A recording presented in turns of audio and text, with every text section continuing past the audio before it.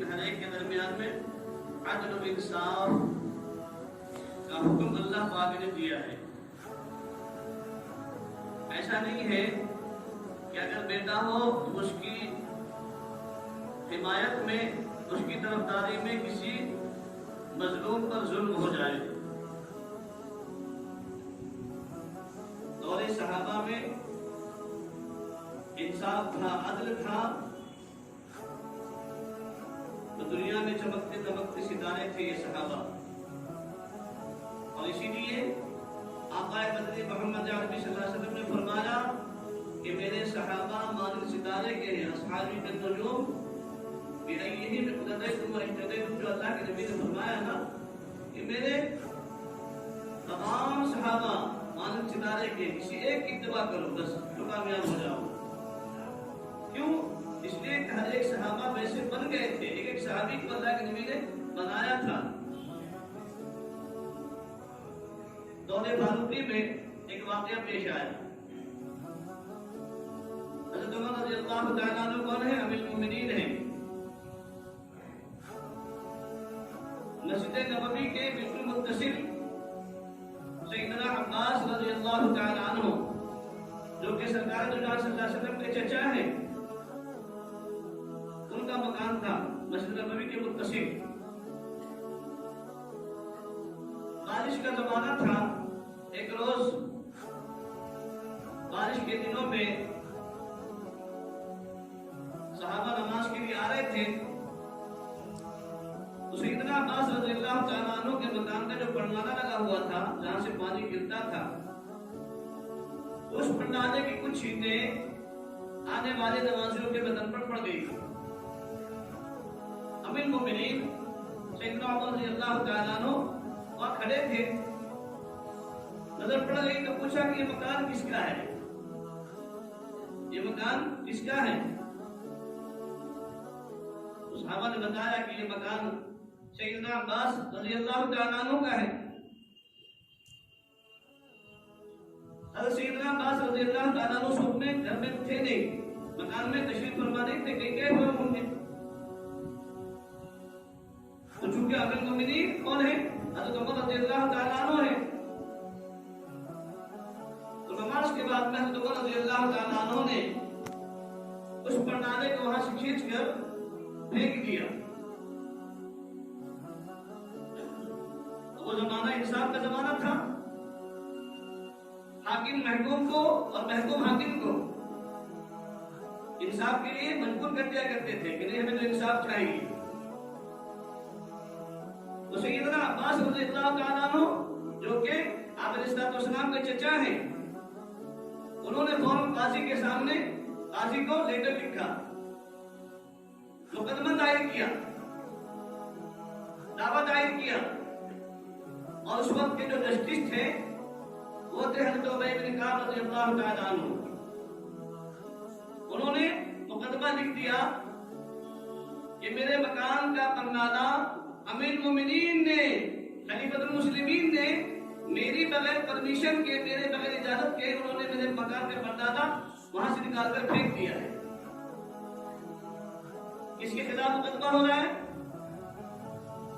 کس کے خلاف مقدمہ ہو رہا ہے دوستو؟ امیر المومنین کے خلاف، حاکم وقت کے خلاف۔ ایک عام صحابی ہے نا، گویا کہ ایک صحابی جو ہے نا مقدمہ پیش کر رہے ہیں، اور یہ عام صحابی نہیں تھے بلکہ آپ علیہ السلام کے چچا ہیں سیدنا عباس رضی اللہ تعالیٰ عنہ۔ جب مقدمہ پیش کیا گیا تو وہاں سے جوابی لیٹر آیا ان کو، اس زمانے میں فون تو تھا نہیں، وہ لیٹر لکھا جاتا تھا۔ حضرت امیر المومنین عمر رضی اللہ تعالیٰ عنہ کے نام جو ہے نا لیٹر آیا کہ آپ کو فلاں وقت میں فلاں ٹائم پر کہاں جانا ہے؟ دار القضاء کے اندر جانا ہے آپ کو، قاضی وقت کے سامنے آپ کو پیش ہونا ہے۔ وقت طے تھا، تاریخ طے تھی، سیدنا عمر رضی اللہ تعالیٰ عنہ چلے گئے دار القضاء کے اندر۔ اب سیدنا عمر رضی اللہ تعالیٰ عنہ کون ہے؟ امیر المومنین ہے، 40 لاکھ مربع میل کا مالک،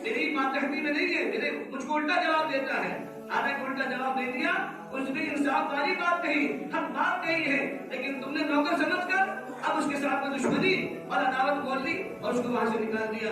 یاد رکھو، دنیا والوں کے سامنے اگر انصاف نہیں دوستو، اللہ کے یہاں انصاف ہے۔ اللہ غیر منصف نہیں ہے، منصف ہے، وہ اس کے یہاں انصاف ہے۔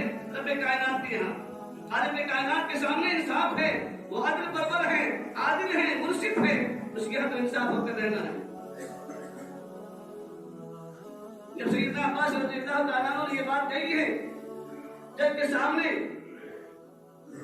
تو سیدنا عباس رضی اللہ تعالیٰ عنہ نے پوچھا اور فرمایا کہ مجھے انصاف چاہیے۔ قاضی صاحب نے پوچھا، جج نے پوچھا، آپ کو کیا انصاف؟ آپ کو انصاف ضرور ملے گا، آپ کو یقیناً ملے گا انصاف۔ کہا کہ کیا انصاف چاہتے ہو؟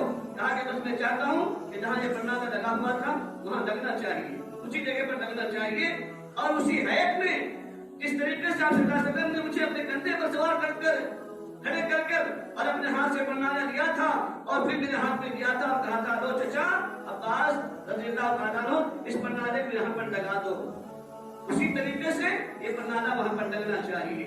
سیدنا عباس، سیدنا امیر المومنین عمر رضی اللہ تعالیٰ عنہ رونے لگ گئے اور کہا، سیدنا عباس بالکل اسی طریقے سے وہ پرنادہ وہ جگہ پر رہے گا، آپ کو فکر کرنے کی ضرورت نہیں ہے، یہ مجھ سے چوک ہو گئی۔